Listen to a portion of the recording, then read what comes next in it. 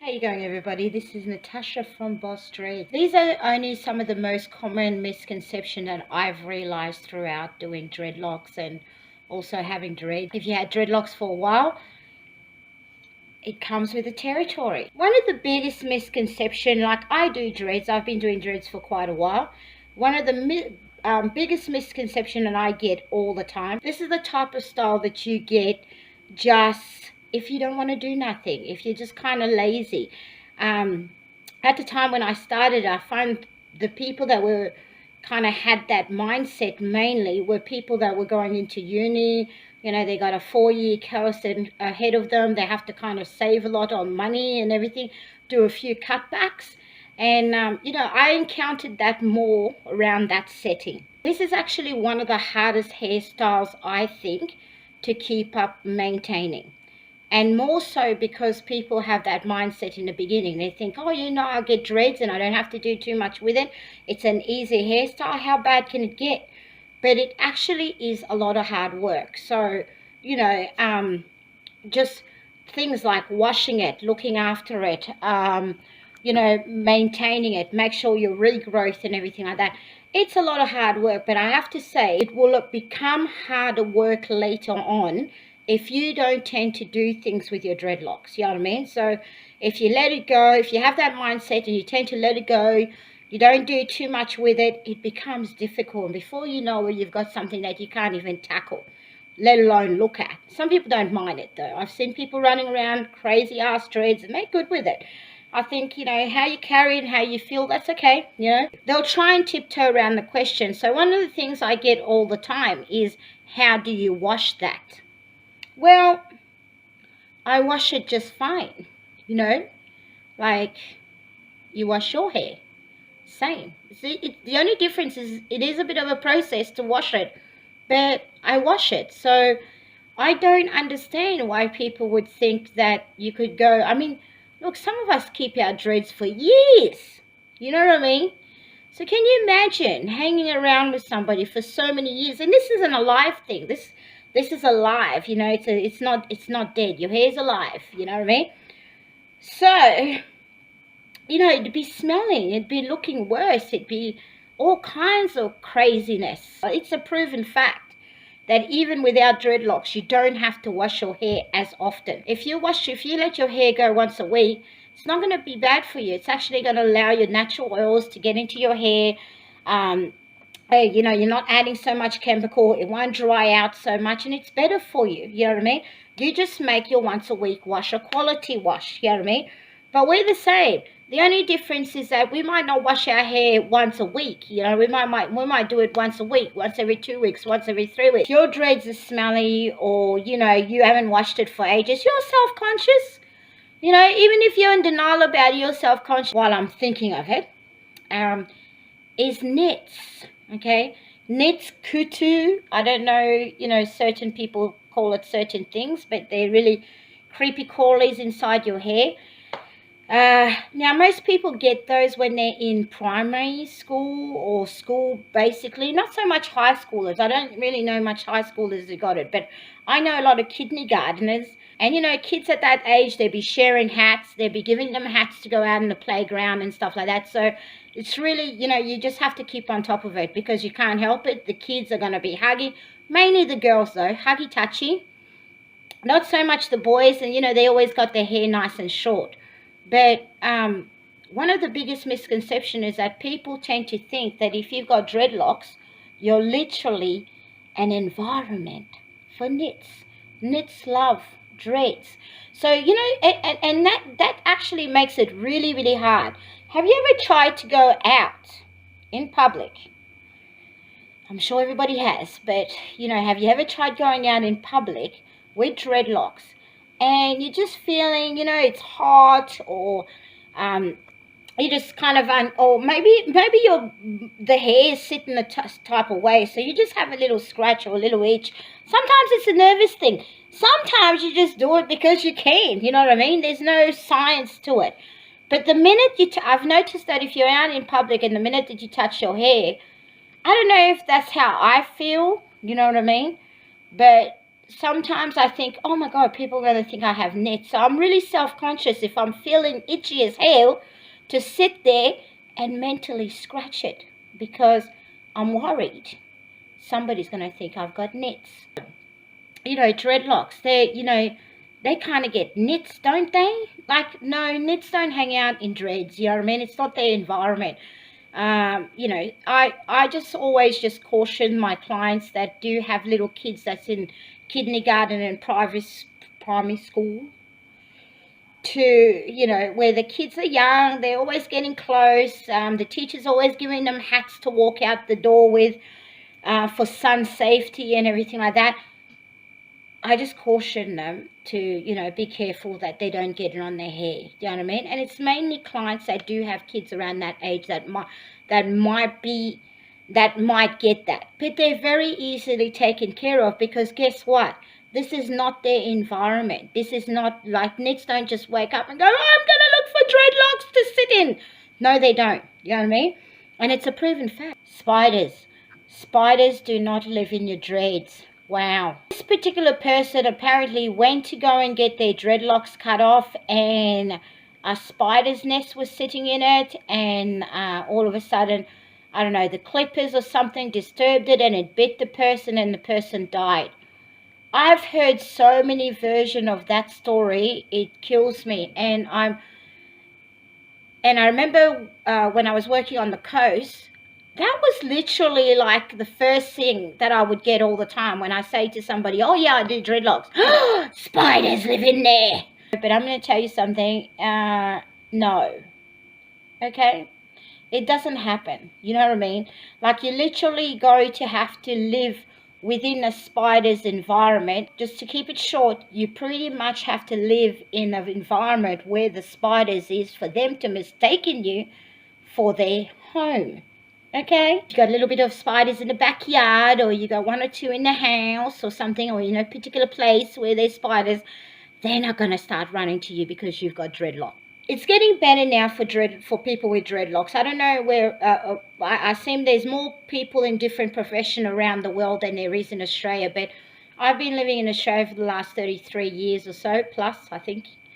And, you know, I reckon only the last 10 years you can see some people with dreadlocks in certain industry, you know, that, you know, just because you had dreadlocks, it wasn't kind of like, oh, what's that person doing there? You know, actually, they probably think we're real friendly because we got dreadlocks, but not all the time. It wasn't always that way.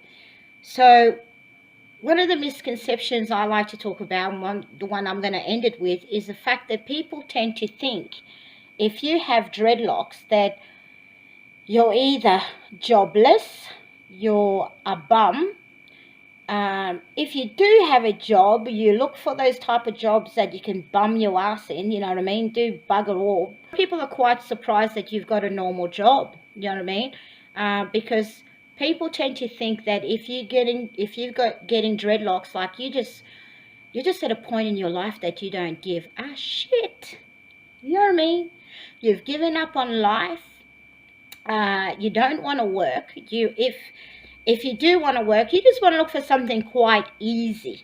And coming off that is that you're some type of drug dealer.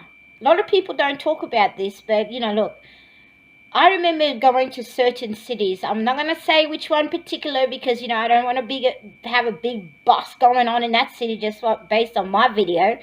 But I remember going to a certain city and I didn't even get out the damn airport. Or I did get out the airport. I was at the airport and I went straight to the mall there. And the amount of people that popped up to me and said, hey sis, oh hey sister, do you know where I can get some weed from? You know, so one of the biggest misconception is thinking that people with dreadlocks are just stoners. You know what I mean? Comes off the bum of being bums.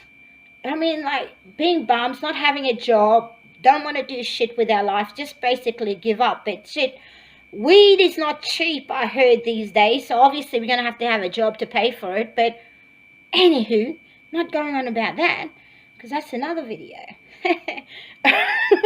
No, but just saying, okay? Just because you have dreadlocks, it doesn't mean that you smoke weed. Like, look, I won't even lie. I smoked a lot of weed back in the 80s, but I'm telling you something.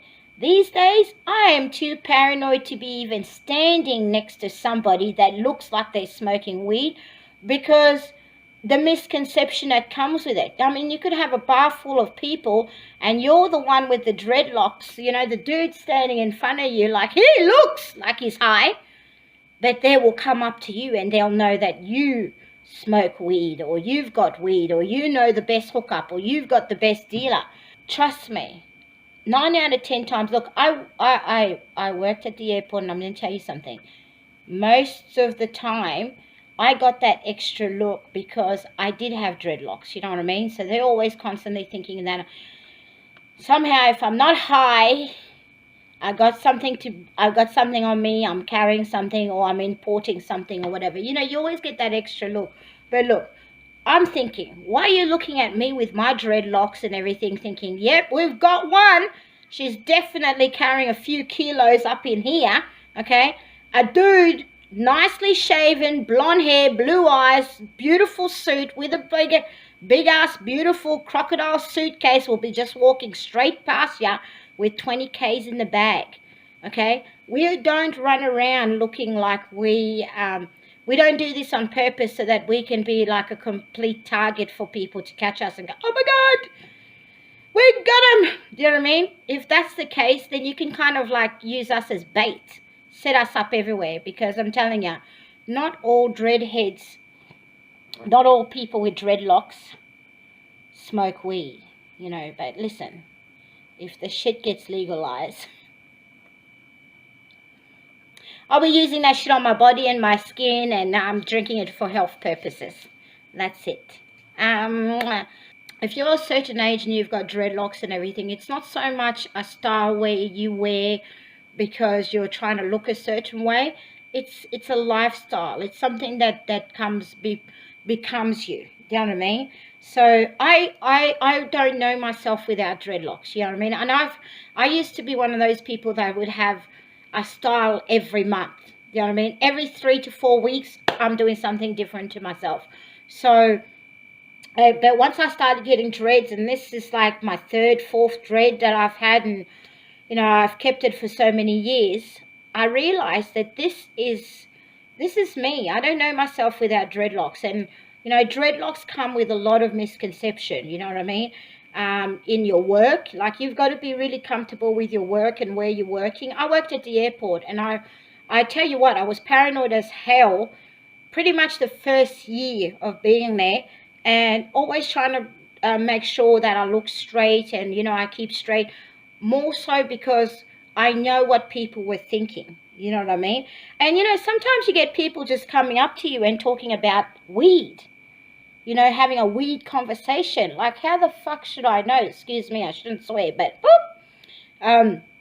You know, they'll just have a conversation with you. Like, I remember a few times when I was working, people would have these conversations. I'm like, I'm not going to sit there and have a whole conversation about weed when I know what you're thinking, but it's not right, you know. So people will be doing things like that. And then, you know, going to a certain, you know, I know a lot of clients that cut their dreadlocks, you know, going after a job, or while they were, you know, or got asked within the job to get rid of it, because what happens is it's like, oh, you know, they think that you're going to bum around, or you're going to be high all the time, or, you know, hey, you might fail the drug test. You know what I mean?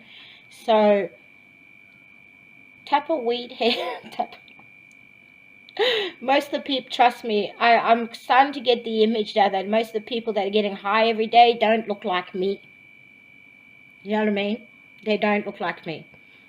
You know, no, I'm not even going to tell you what they look like, but I'm, you know, as surprised as you might be, you know, some people watching this video might be, that all dreadheads don't get high.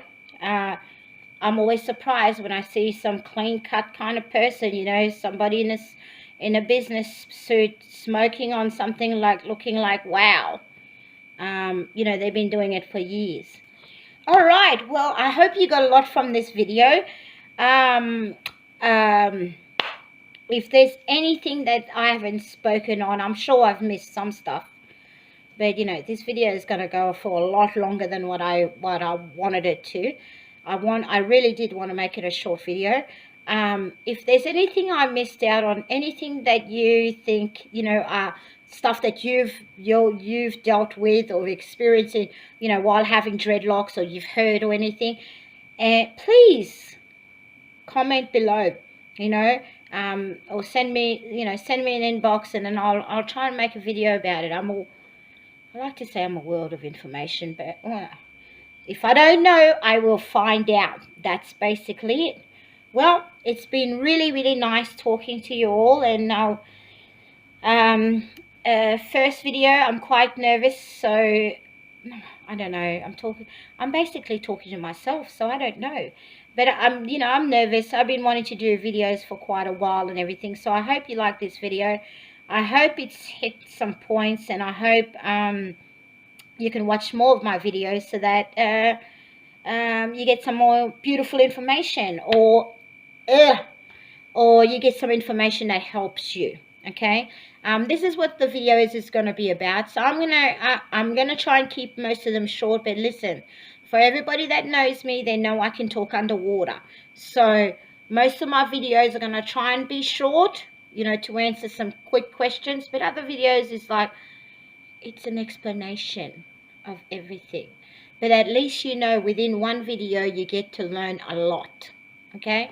So thank you very much for listening. Thank you very much for liking my video if you press that like. And thank you for subscribing if you subscribed.